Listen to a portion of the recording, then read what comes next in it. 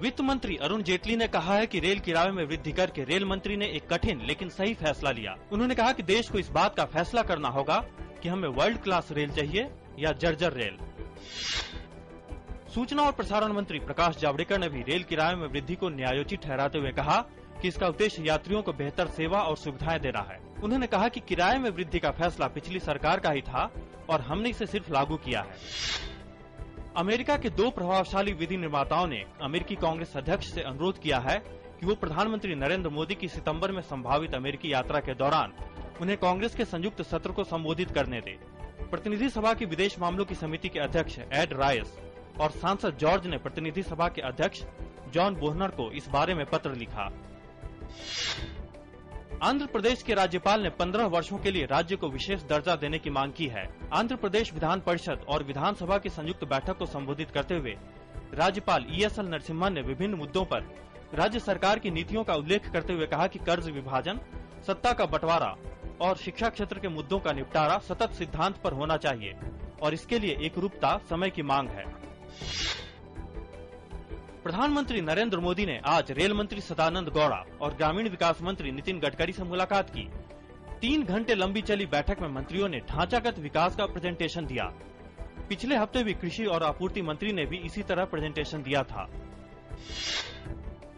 भारत में इराकी राजदूत अहमद तहसीन अहमद बरवारी ने कहा है कि उनकी सरकार भारत सरकार के साथ मिलकर काम कर रही है और इराक में फंसे भारतीयों की सुरक्षा सुनिश्चित करने की पूरी कोशिश कर रही है। उन्होंने कहा कि इराक सरकार मोसुल में बंदी बनाए गए 40 भारतीय नागरिकों को बचाने की पूरी कोशिश कर रही है। इस बीच इराक के हिंसा प्रभावित क्षेत्रों में फंसे 16 भारतीयों को बाहर निकाला गया, जबकि अगवा किए गए 40 भारतीयों में से एक मोसुल शहर में अपहरणकर्ताओं के चंगुल से निकलने में कामयाब रहा। सरकार ने सेल के भिलाई संयंत्र में 12 जून को जहरीली गैस के रिसाव से 6 लोगों की मौत की घटना की जांच के लिए एक 4 सदस्यीय समिति का गठन किया। समिति अपनी अंतिम रिपोर्ट इस्पात मंत्रालय के सचिव को 17 जुलाई को सौंपेगी।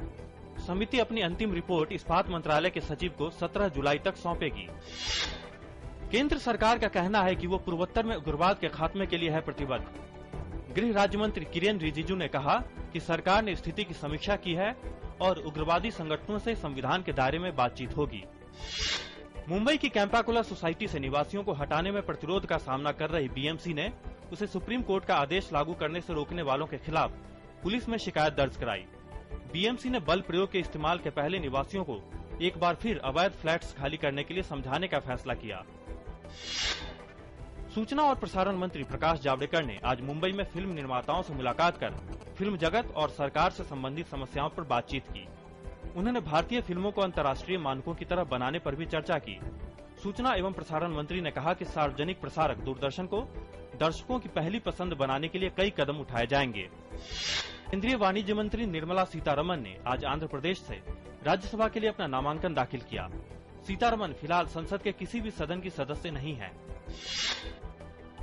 भारतीय अंतरिक्ष अनुसंधान संगठन ने कहा है कि भारत 30 जून को देश में ही निर्मित रॉकेट PSLV C-23 के जरिए 5 विदेशी उपग्रहों का प्रक्षेपण करेगा। इनमें फ्रांस, जर्मनी और सिंगापुर के एक और कनाडा के 2 उपग्रह शामिल हैं। इन 5 उपग्रहों को श्रीहरिकोटा के सतीश धवन अंतरिक्ष केंद्र से प्रक्षेपित किया जाएगा। फीफा विश्व कप में आज ईरान और अर्जेंटीना होंगे आमने सामने, जबकि जर्मनी का सामना होगा घाना से और नाइजीरिया का मुकाबला बोस्निया हर्जेगोविना से होगा।